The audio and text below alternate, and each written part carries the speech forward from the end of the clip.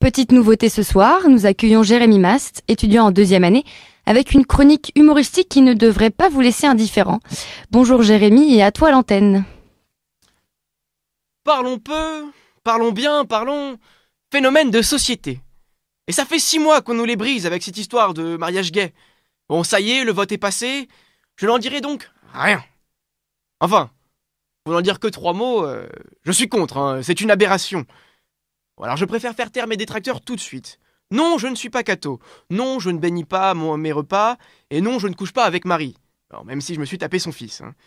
Si je suis contre, c'est pour une raison bien simple. À trop vouloir abolir les clivages, on va surtout en créer de nouveaux. On veut éviter toute stigmatisation, mais on ne fait que l'encourager. A-t-on pensé aux hétérosexuels refoulés ? Je vous le demande. A-t-on pensé à ces pauvres gens qui n'auront plus d'excuses une fois que le mariage gay sera passé ?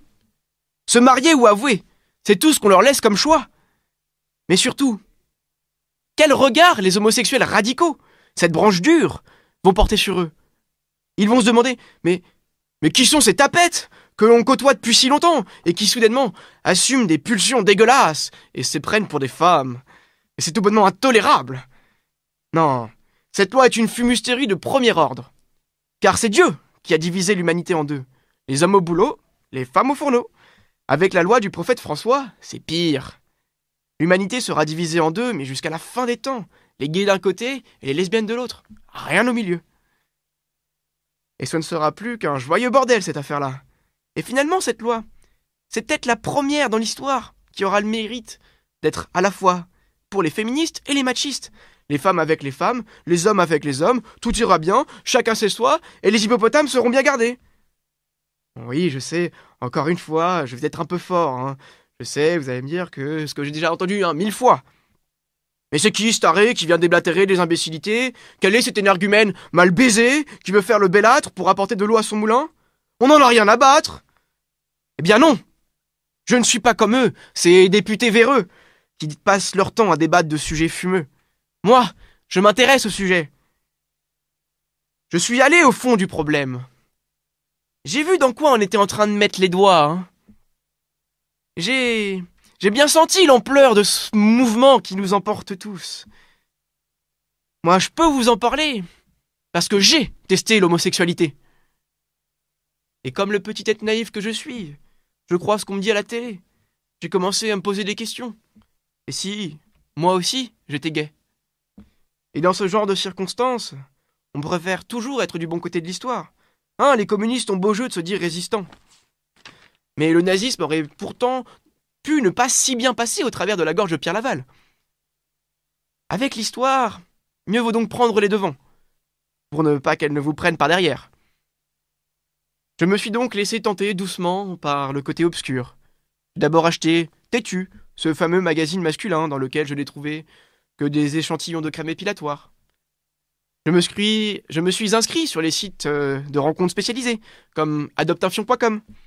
J'ai acheté des slims, des slips et des t-shirts sans manches. J'ai regardé des films, le dernier en date, Le Seigneur des Anneaux. Ah, ce moment où Bilbo, ce bien nommé Hobbit, fait péter la rondelle de ce brave Gandalf au bâton, dont on se demande bien d'ailleurs à quoi il peut lui servir.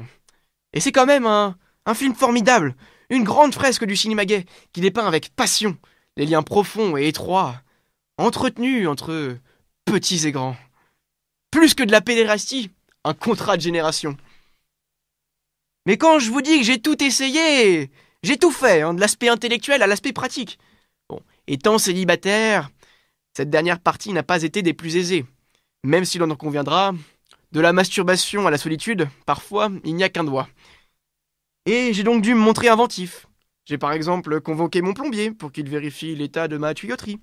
J'ai pu prendre des cours de cuisine auprès d'un traiteur pour maîtriser la fameuse recette de la dinde fourrée. Je me suis même rendu pour la première fois chez mon proctologue pour faire un check-up complet de mon jardin secret. Enfin bon, j'ai vraiment tout essayé. Et après quelques mois d'expérimentation intense, j'en suis arrivé à la conclusion que les hommes ne me faisaient pas rêver. Pas plus que les femmes d'ailleurs. Et c'est peut-être ça le plus inquiétant. Ce projet de loi m'a renvoyé face à moi-même, devant le miroir de ma salle de bain. Et là j'ai vu. Il s'est dressé. Et je crois que c'est peut-être ça, au fond, la morale de cette histoire. Au royaume des asexués, les narcissiques sont rois.